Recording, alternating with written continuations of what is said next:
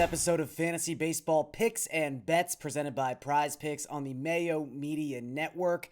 Welcome to our last episode of the 2021 MLB DFS season. As we've talked about a couple different times in the past week or so, we are wrapping up our baseball coverage at Mayo Media Net at the end of August. Tuesday is August 31st, so it will be the final slate we are covering with these DFS videos. However, you can follow me at Garion Thorne on Twitter. You can check out all my written work at DK Playbook. We will have you covered for the remainder of the MLB season, right on through the first week of October. Want to thank you guys for watching every single one of these. Want to thank all of the other hosts on these videos, and most importantly, want to thank the editors for making us look good. Okay, let's try to win some money on this last video. Make it special. We're going to get to some bets on the DraftKings Sportsbook. We're going to talk about the 14-game featured slate that gets going on DraftKings just past 7 p.m. Eastern Time. But before we do any of that, we are, of course, going to talk about our presenting sponsor. That is Prize Picks. Head on over to prizepicks.com. Use the promo code MMN MLB and have your first deposit matched up to $100. So once you've done that, maybe you'll want to tail me on my two favorite plays for Tuesday's slate. Let's start with Teoscar Hernandez of the Toronto Blue Jays, who is going up against Keegan Akin of the Baltimore Orioles. Obviously, whenever you've got a player going up against the Orioles and that pitching staff, that bullpen, good things are probably going to happen. So Teoscar Hernandez's fantasy point prop on Prize Picks is set at 8. I think he goes over that number. And again, most of this is tied into just really the underwhelming nature of any pitcher on Baltimore's roster. However, it's important here that Akin is left-handed because Teoscar Hernandez statistically is the best hitter of left-handed pitching in the entire American League. Coming into play on Monday, Hernandez has a 458 WOBA and a 193 WRC plus against Southpaws. Among qualified hitters in the American League, those are both the best marks. He has crushed lefties all season long. The Jays are back playing at Rogers Center. George Springer's back in that lineup, hitting ahead of him. I think Hernandez will be able to get over 8 fantasy points on Tuesday. The other guy I like to go over his fantasy point prop on Prize Picks, an oldie but a goodie, Jonathan Schoop. Let's run it back one more time. Schoop against another left-handed pitcher. This time, Cole Irvin of the Oakland Athletics. Schoop's fantasy point prop, as always, set a little bit low, in my opinion, at 6.5 points. So far this season, Schoop has a 166 WRC plus when matched up with a left-handed pitcher, and Irvin has been unable to register almost a single swing and miss in his past 3 starts. In fact, in that 3-start span, just 3 total strikeouts. If you are not striking out Jonathan Schoop, if you're letting him rack up those batted ball events against a left-handed pitcher, I think he's going to get over this number. So, Schoop over 6.5, Teoscar Hernandez over 8. Let's move over to DraftKings and talk about this 14-game featured slate on Tuesday. Some really good pitching options, particularly right at the top of the pricing list. And let's talk about the highest priced pitcher on Tuesday. That is Walker Buehler. Buehler is $10,500 going up against the Atlanta Braves, who remain red hot, have really been hitting well as of late. So it's not an ideal matchup. The Braves actually past 2 weeks, just slightly above a 20% strikeout rate. Not great for Buehler. Also a 105 WRC plus. So pretty much above average across the board when you look at their recent success as an offense. But Buehler, we have to talk about him. He has to be someone you consider, considering how well he's pitched as of late. His last 8 starts, 1.32 ERA, 2.23 FIP, 30% strikeout rate, and he's registered at least 8 strikeouts in 7 of those 8 starts. He's been so consistent and so good at not allowing runs Again, I know he's 10,500. I know the matchup isn't the best thing you could possibly draw, but you have to consider him. He's just been that consistent, that efficient, and that reliable as a DFS option, for the past 2 months. So Buehler, definitely someone to consider right at the top of the board. However, on the other side of that same game, you'll find Charlie Morton. And I really like Morton as a variance play on this particular slate. He's 8,900. So already, anytime you can get Charlie Morton for less than $9,000, I'm pretty much already in. But the fact he's going up against the Dodgers is really interesting. The Dodgers are obviously one of the best offenses in all of baseball. You just have to look at that lineup. It is loaded from top to bottom with amazing bats. The fact that they can hit Cody Bellinger 8th is absolutely insane.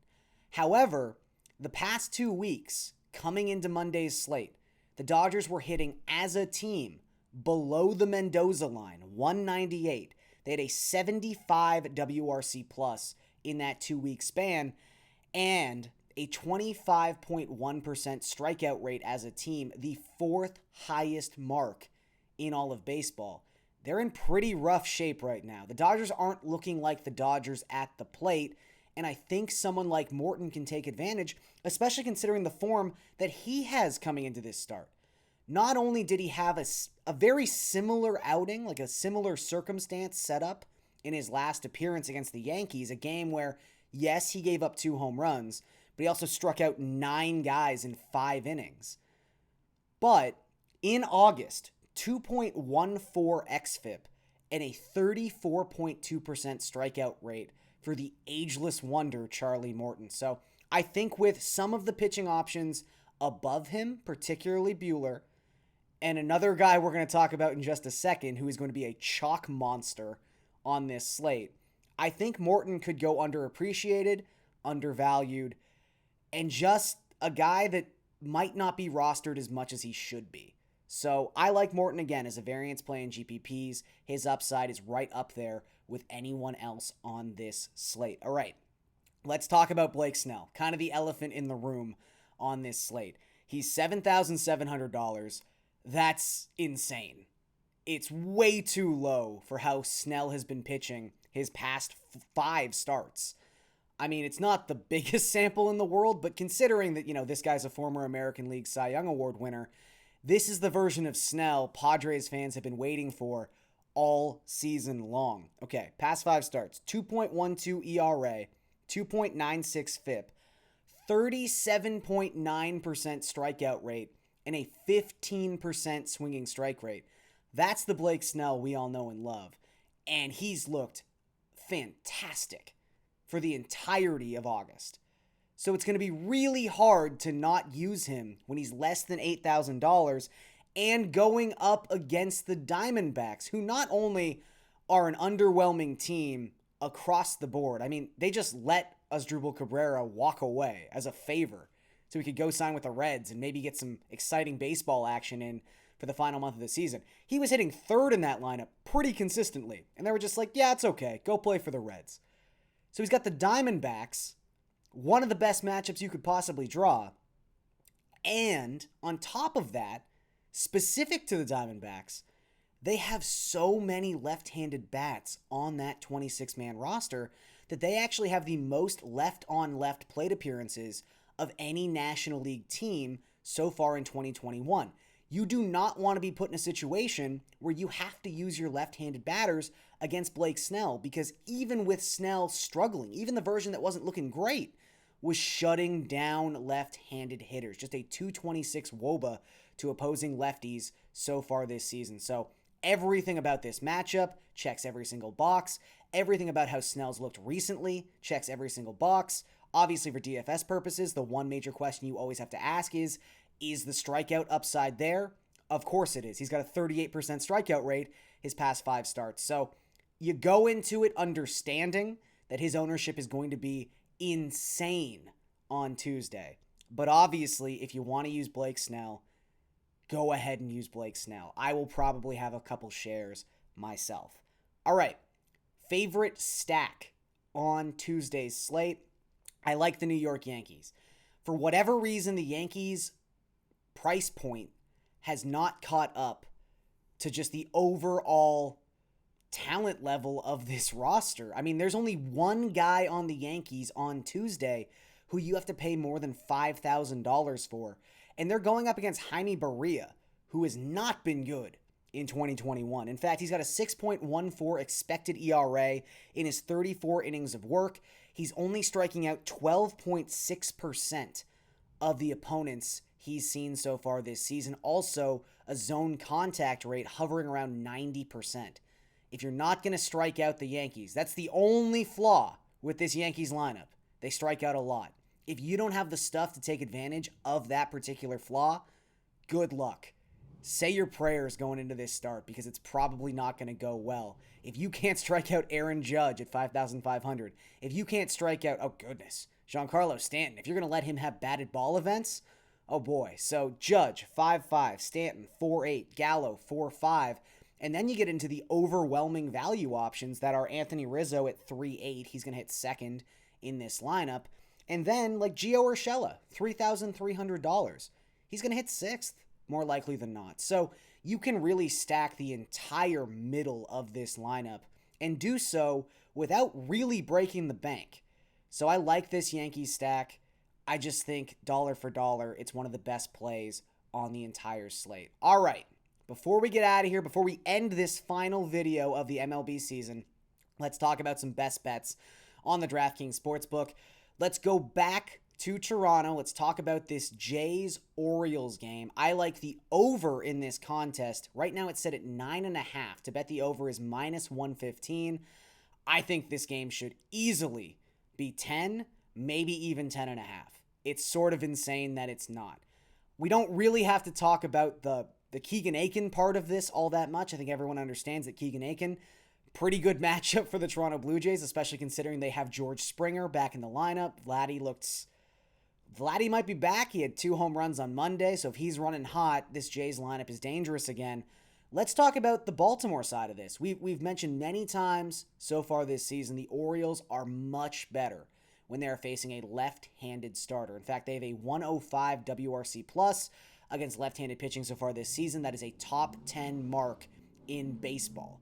Hyunjin Ryu has also been really shaky as of late. His last 4 starts, a 7.84 ERA and a 5.15 FIP. He's just not striking out anyone. And look, he's not a big strikeout pitcher. He's a soft contact guy, but he was always still striking out about 22, 23%. The last 4 starts, just 14.8%.